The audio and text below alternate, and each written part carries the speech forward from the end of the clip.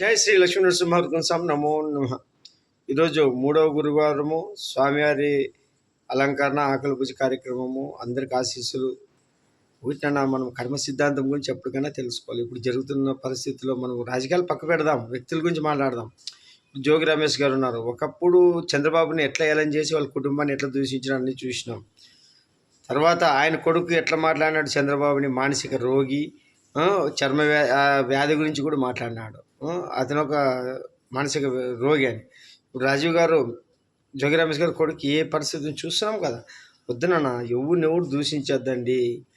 కర్మ కాలము కర్మ అనేది వెంటనే తిరిగిస్తుంది. ఇప్పుడు వీరభద్ర యుగం, వీరభద్రుడు దిగినాడు. ఎవరికి ఏమి ఇవ్వాలో వడ్డీతో సహా తిరిగిస్తాడు. అందుకే వీరభద్ర ఛానల్లో చెప్పేది ప్రతి ఒక్కటి ఇదే, కర్మ రిటర్న్. ఇప్పుడు కర్మ సిద్ధాంతం మొదలుపెట్టినాడు. ఇంకా భౌతికంగా వచ్చి దుష్ట శిక్షణ శిక్షణ చేస్తూ ఈ రాజకీయాలు లేకుండా చేస్తాడు.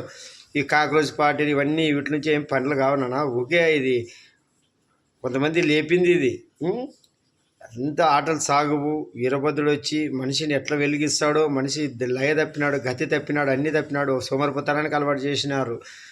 ఉచితాలు ఇచ్చి దేశం ఎన్ని అప్పుల్లో ఉండదు, రాష్ట్రాలు ఎన్ని లక్షల కోట్లు అప్పు చేసింది.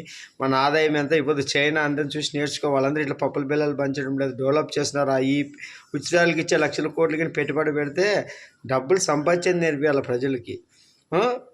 రేట్లు కంట్రోల్ పెట్టాలి. ఇది చేసి బతికేయాలి. కానీ ఉచిత విద్య, వైద్యం, డెవలప్మెంట్, అభివృద్ధి, పనులు ఇచ్చేది నేర్చుకోవాలి. ఇవే జరిగేది. ఇంకా మా ఆయన వస్తాడు, వీరభద్ర స్వామి వచ్చి ఋషికొండలో ఆశ్రమం చేసుకొని ఎట్లా పాలిస్తాడో మీరే చూస్తారు. జై వీరభద్రకాళి మాత నమో నమః.